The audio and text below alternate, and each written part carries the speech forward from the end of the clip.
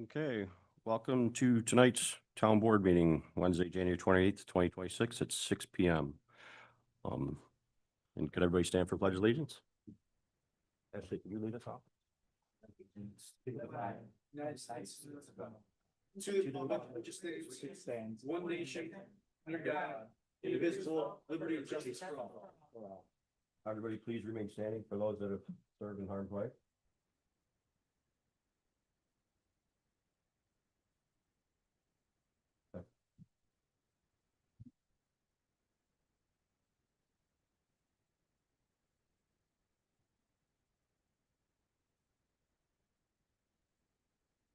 Okay, gonna open up tonight's meeting to any of the public that would like to speak on behalf of any of the agenda items.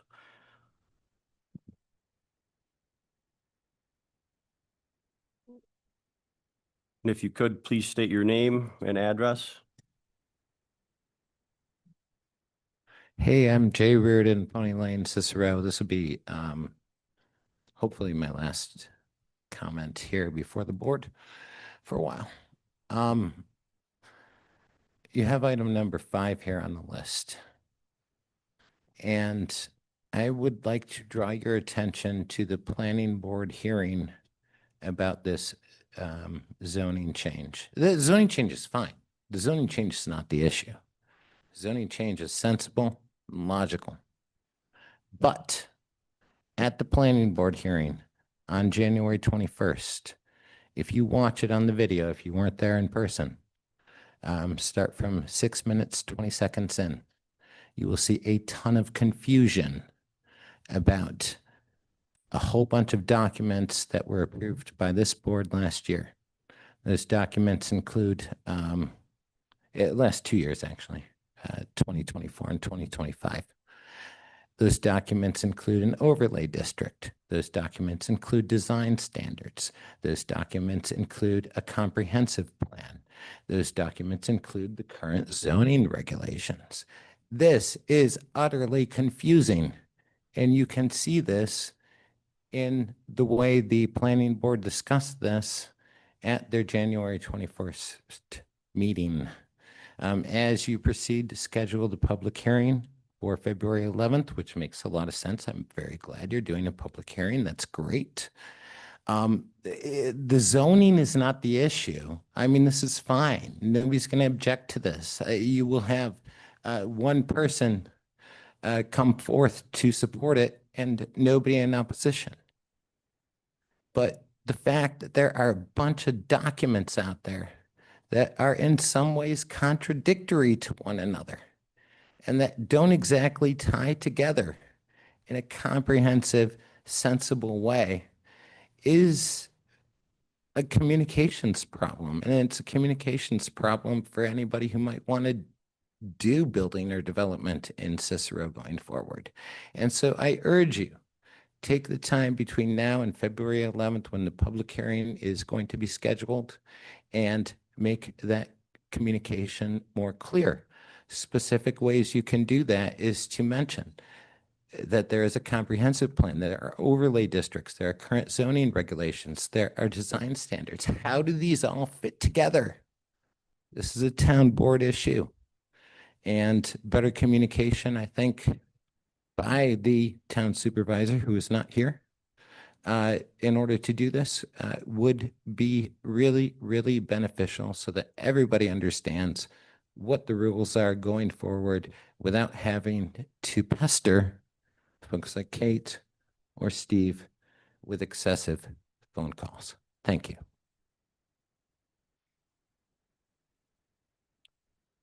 Anyone else like to speak?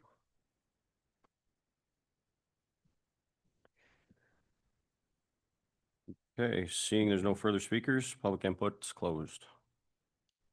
Move for the adoption of a resolution approving abstract number 3 of 2026 dated 1/21/26. That's incorrect.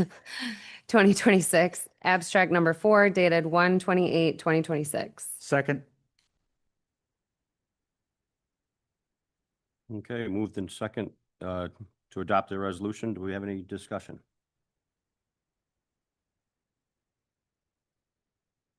Okay. No discussion, call for a voice vote. All in favor? Aye. Any nays, abstains? Motion passes. Move for the adoption of a resolution to revise the public hearing on February 11th, 2026, commencing at 6 p.m. local time, to consider the application known as Roland J. and Luann Burke, requesting a change in zoning district from agricultural AG to general commercial plus GCP for the properties located at 6668 and 6674 State Route 31, tax map numbers 061.01-15.1 and 061.01-15.2. Second. Okay. It's moved and seconded. Do we have any discussions?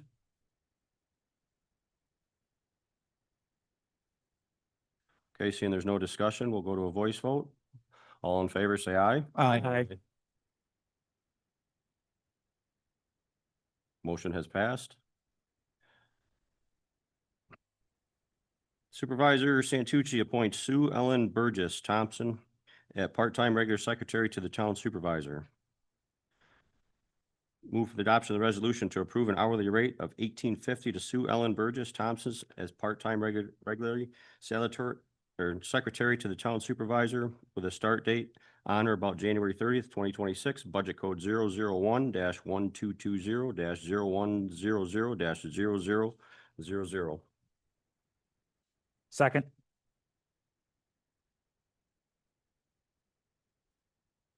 Okay, do we have any discussion? We have no discussion. We'll go to a voice vote. All in favor, say aye. Aye. Aye. And motion passes. Reappoint Michael Harwood as member of the Board of Assessment Review. Move for the adoption of a resolution that the Cicero Town Board reappoint Michael Harwood as a member of the Board of Assessment Review for a 5-year term to expire on 9/30/2030 at a rate of $95 per session.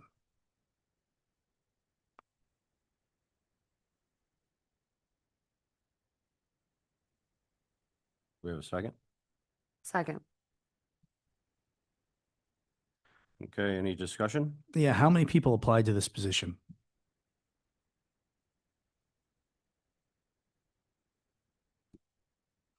I am not aware of any that I'm know of.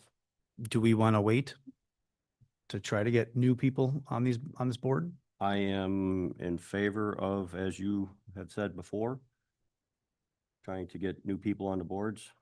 And I believe he serves on, which he does serves on 2 different boards. That's correct. So I'm open to that. Yeah, I'm in agreement. He started a 5-year term for the Board of Ethics, January of 2025. So I'd like to see a variety of people rather than one person taking up seats on 2 different boards. What are we currently doing to try and reach more people for these positions? That is something that I know there's been discussions on that is being worked on to try to attract people. I can't speak for the supervisor himself, but I know that he's looked into some stuff, but I don't know the full details. When he's back at the next meeting, we can definitely have that conversation. So are we removing this? We're coming back to it? Just table it if you want. Yeah, just table it, the whole thing. Yeah, I'll make a motion to table this resolution. I don't think you I don't think we have to do that, right, Robert? should do it.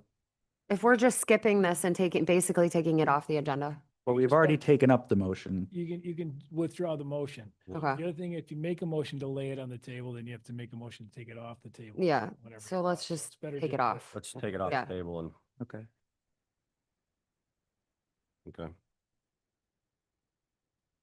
So motion to take off the table, Second. and then we have to vote. Yes. Okay. We'll do a voice vote. All in favor, say aye. Aye. Any noes or abstains?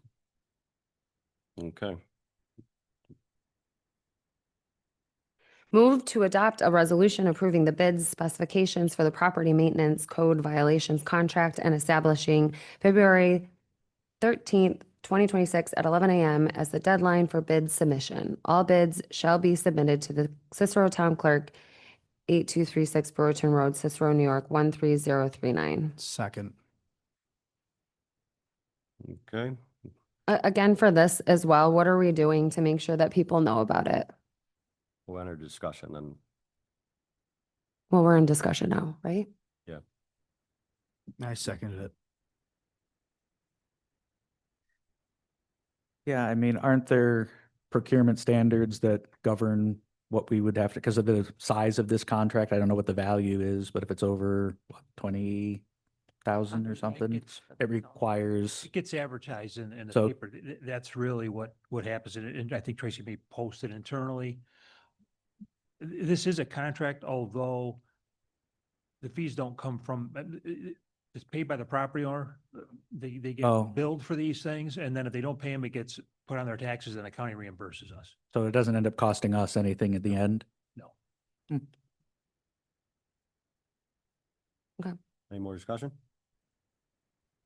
Okay, discussion is closed. Go into a voice vote. All in favor, say aye. Aye. Aye. Any nays or abstains? Motion passes. Move for the adoption of a resolution to approve 4 chain web subassembly for stock from Tracy Road Equipment in the amount of $6,522. Budget code 003-5130-4358-0000. Second. Any discussions? Okay, no discussions. All in favor, say aye. Aye. Aye. Any abstains or noes, nays? Motion passes. Move for the adoption of a resolution to approve tires for various trucks from Syracuse Retreaders in the amount of $15,000. Budget code 003-5130-4350-0000. Second. Any discussion? Okay, all in favor, say aye. Aye. Any nays or abstains? Motion passes. Move for the adoption of a resolution to approve 2 Western 8x8 6-inch plow assemblies for 2 new pickups from Tony Rotella's Body Shop, Inc. in the amount of $16,365.16. Budget code 003-5130-4358-0000. Second. Any discussions? All in favor, say aye. Aye. Any noes or abstains? Motion passes. Move for the adoption of a resolution to approve Bush Electronics to purchase and install radios and GPS budgeted item in the amount of $21,500. Budget code 003-3310-0220-0000. Second. Any discussions? What vehicles do these get installed in? Is this for police? All highway vehicles? Okay, thanks. Anyone else? All in favor, say aye. Aye. Any nays or abstains? Motion passes.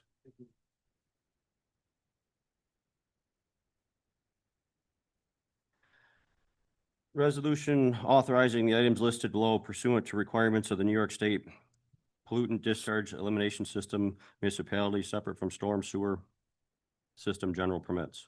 Whereas the town of Cicero herein called the municipality after through consideration of the various aspects of the problem and consideration of available information has hereby determined that the certain work as described in attachment A, the CNY Stormwater Coalition Final Staff Services Proposal for the 2026 program year herein called the project as desirable is in the public interest and is required to implement the project. And whereas the Central New York Regional Planning and Development Board here called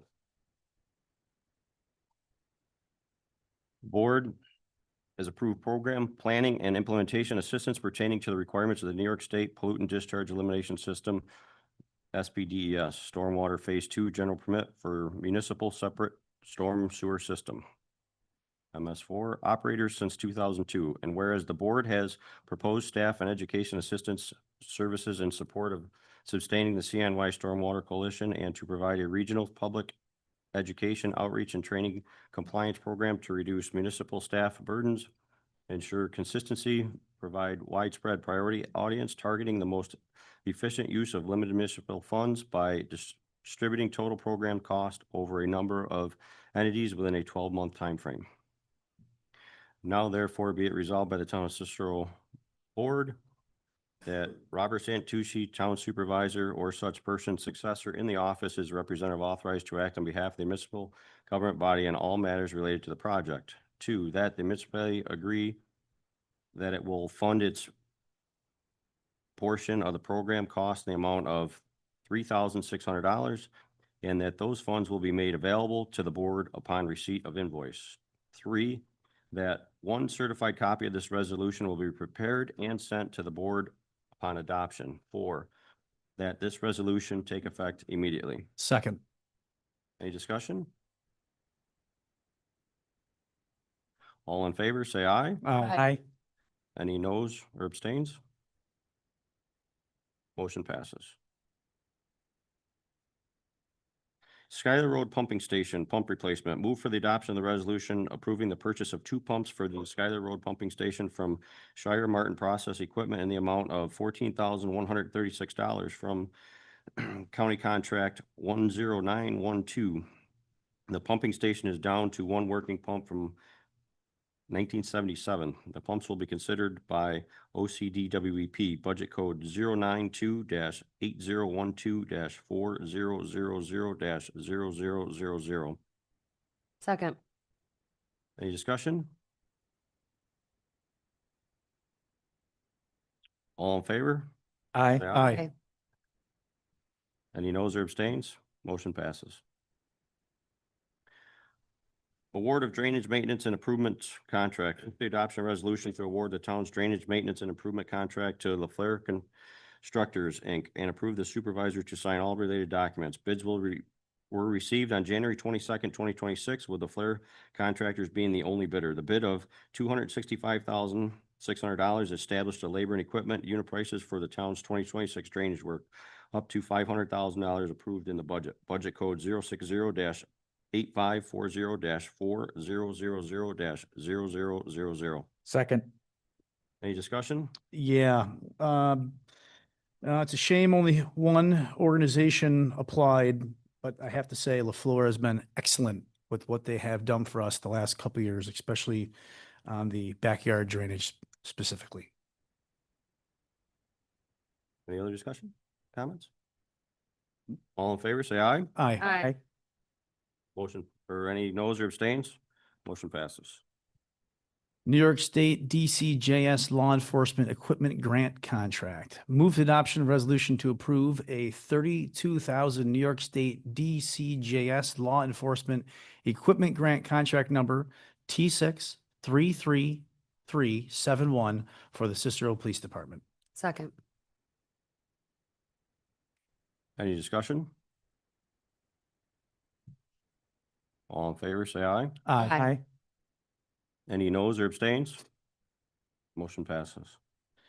Move for the adoption resolution approving the transfer of the following equipment funded through the fiscal year 2024 State of New York Traffic Enforcement Technology Grant to Cicero Police Department. 4 Patrol PC Rhino Tab RHM1 laptop computers, 4 Patrol PC Rhino Dock RDV2 docking stations, 4 Brother Pocket Jack PJ-822 printers, 4 TG3-KBA-BLTX-U-US keyboards. Second. Any discussion? All in favor, say aye. Aye. Any noes or abstains? Motion passes. Okay, any discussion? I did, if that's okay. Yep. So I would like to address the issue that arose regarding members explaining votes at our last meeting. This will be based. So I apologize, it is quite long.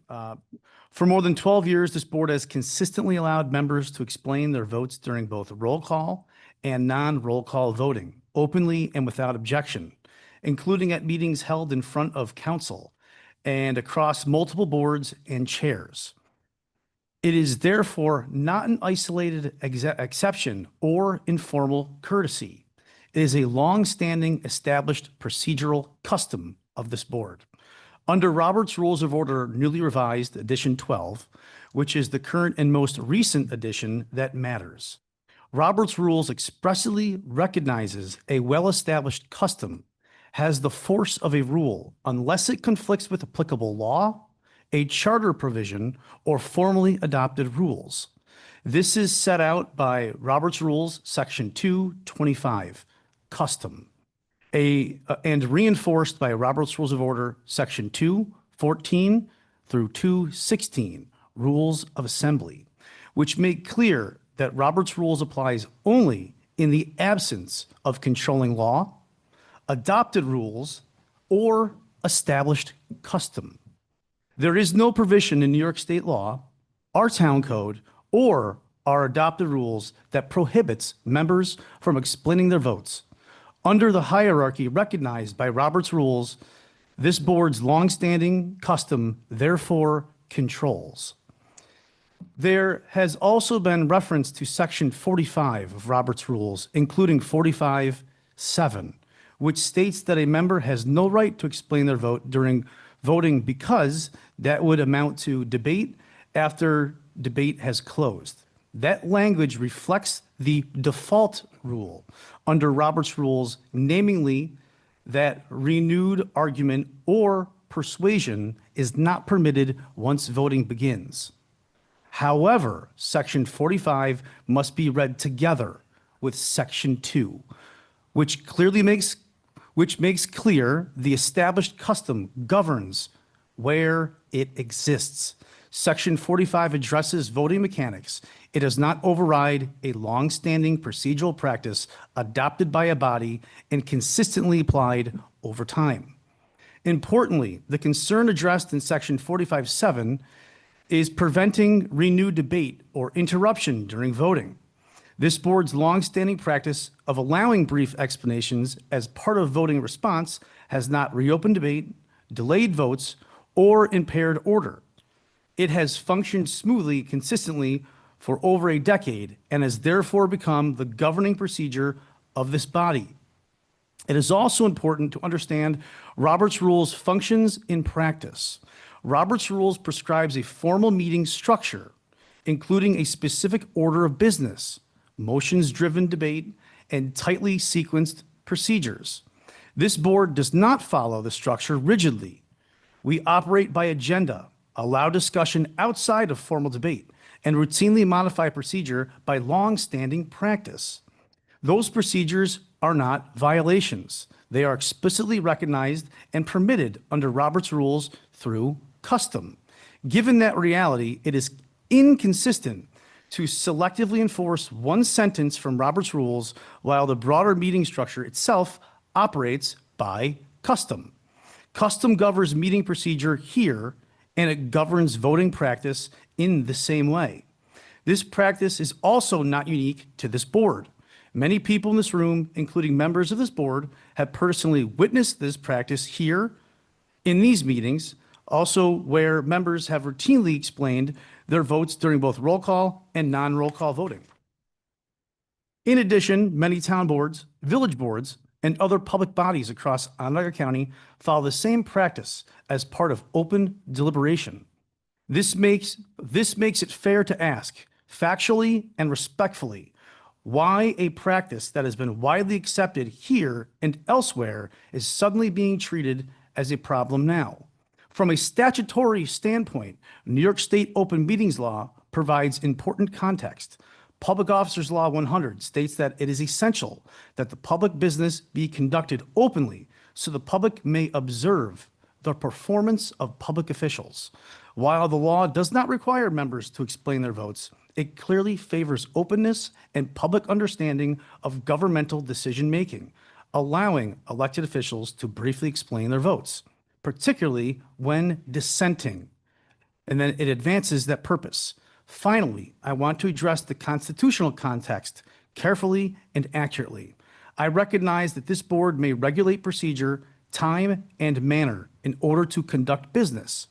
This is not a claim of unlimited speech. However, the United States Supreme Court has made it clear that speech, debate, and voting are core legislative acts protected to ensure the independence of elected officials and the ability to express dissenting views. Explaining one's vote is legislative speech, core political expression, explaining official action to constituents. While procedural rules may govern when debate occurs, those rules must be neutral, consistent, and evenly applied. When a long-standing practice is interrupted selectively, particularly at the moment a dissenting view is being expressed, it raises serious concerns about viewpoint neutrality and treatment of minority voices. Procedure cannot be used intentionally or unintentionally as a mechanism to silence dissenting legislative speech. Any limits on such speech must be clear, formally adopted, and applied equally to all members. What concerns me is not parliamentary theory, it's selective enforcement. Thank you. Anyone got any input on that?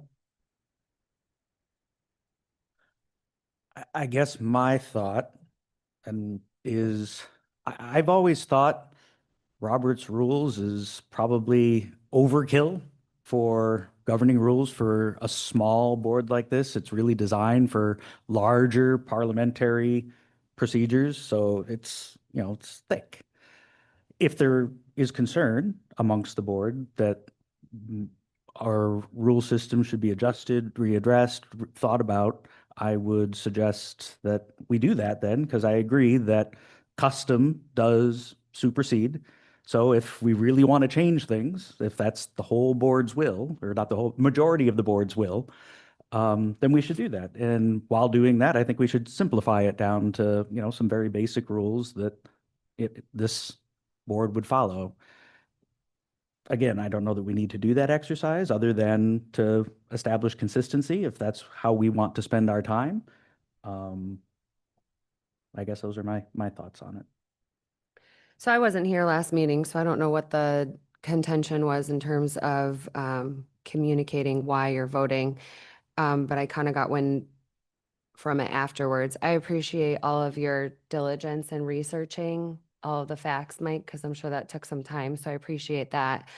I think anytime a public, like an elected official is trying to be silenced is a red flag for the opposite of transparency. And that has been a theme for me since I've been on this board, is that I am promoting transparency for the people. So if we are going to stifle any one of us from being able to explain why we are voting a certain way, I think that is the opposite of transparency for the people. So I am very much for being able to briefly be able to say why you're voting a certain way. The people deserve that. Absolutely. I don't think the issue is whether or not a vote can be explained. It's really a matter of timing. Should it be done in the discussion before the vote or as the vote's happening? It's either way. I mean, it's 6 1/2 dozen the other. So I don't think anyone is being silenced because there's 3 parts to the Roberts rule. And I think it's page 486 or something like that, section 45(2), somewhere around there. Robert and I had an email about it. You bring it to motion, and then it gets seconded, then it goes to discussion or comments, which is where you would make all your comments. We have discussions. You explain your point. You're not being silenced by any means. Then we go into a vote. And one of the things that I really see out of that, being new, and you know, Counselor Hogan and Counselor Bacallo have been up here before, and sometimes you guys have some very good information that you may share during your vote.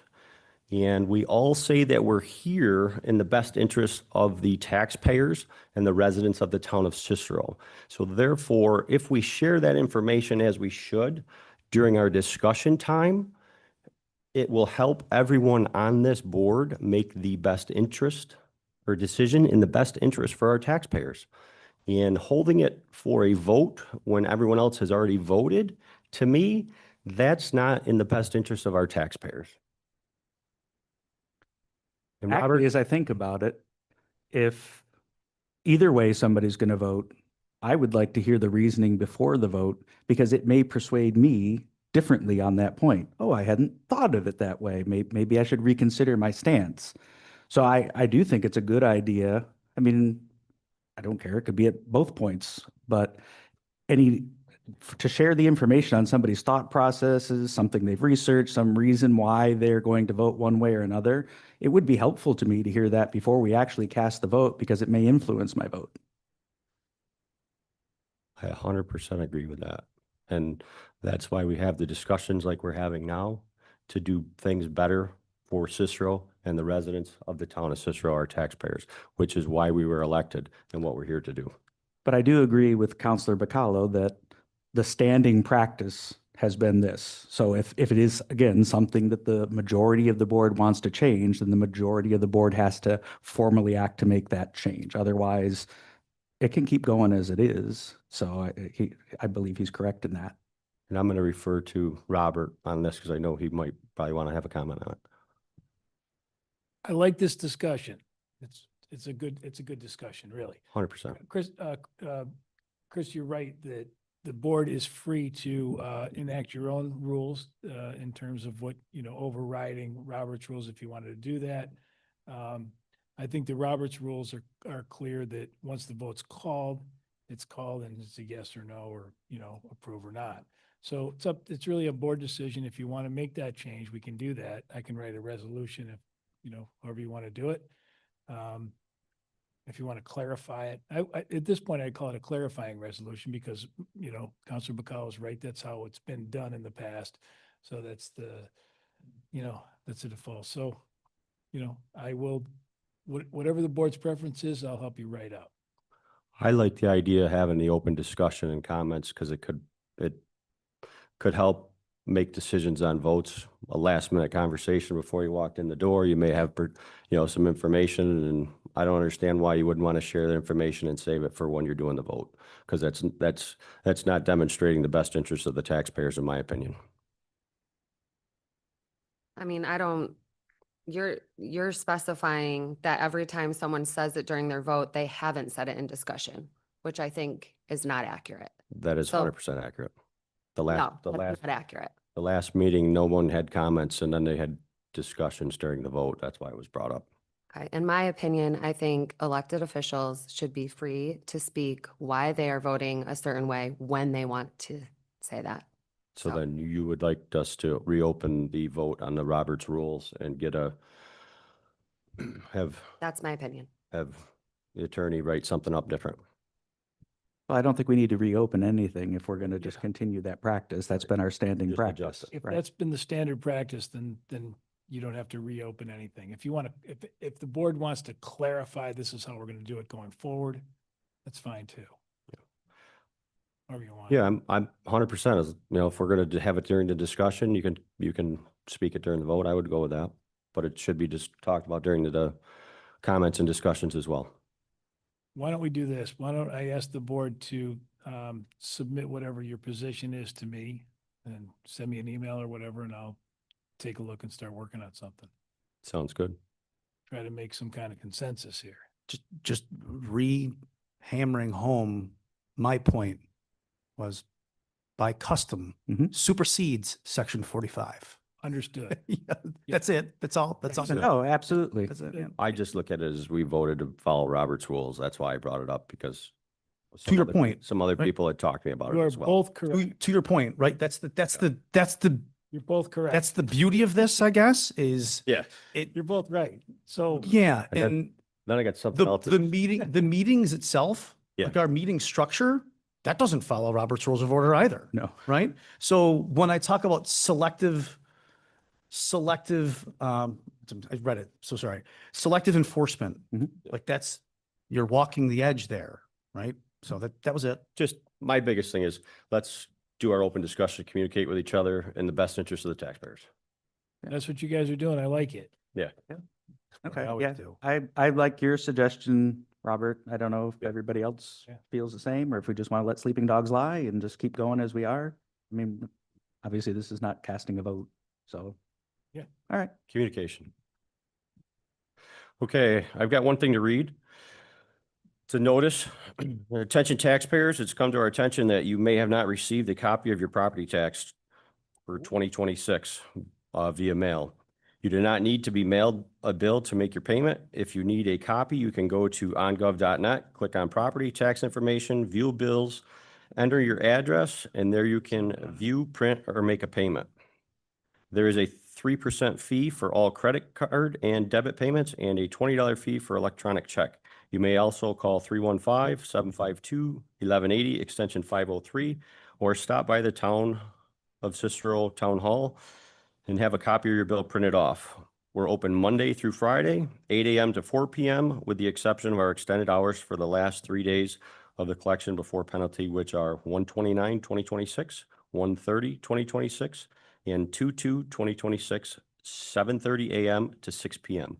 Payments are due by February 2nd, 2026, with no penalty. Thank you. I just want to report out, last week, Supervisor Santucci and I had the opportunity to attend the New York Association of Towns newly elected official training, which I found extremely interesting. Most of you probably would think I'm crazy for saying that because there's a lot of finances and rules and regulations and stuff, but I learned a lot, and I'm hoping to bring some of that back to the board. And again, it would be something that we would discuss and agree upon in terms of what kind of data we will have to review and be able to potentially share at these meetings beyond just the abstracts. So Trey and I will have lots of conversation. I'm sure, don't want to overwork, but I know we do have software that should make some of this reporting rather easy.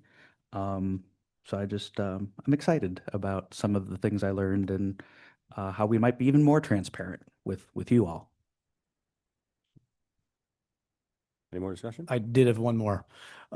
Just to update everybody on the accessory dwelling units, I wrote code, emailed it to Robert yesterday. Robert's gonna expertly look it over, so appreciate it.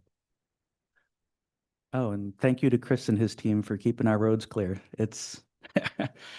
really appreciate all the work you guys put in. Thank you. Yeah. Yes. Your whole department did an excellent job. My road was even plowed. Ashley, you got anything? Okay. Any public input? Anybody like to speak before we close the meeting?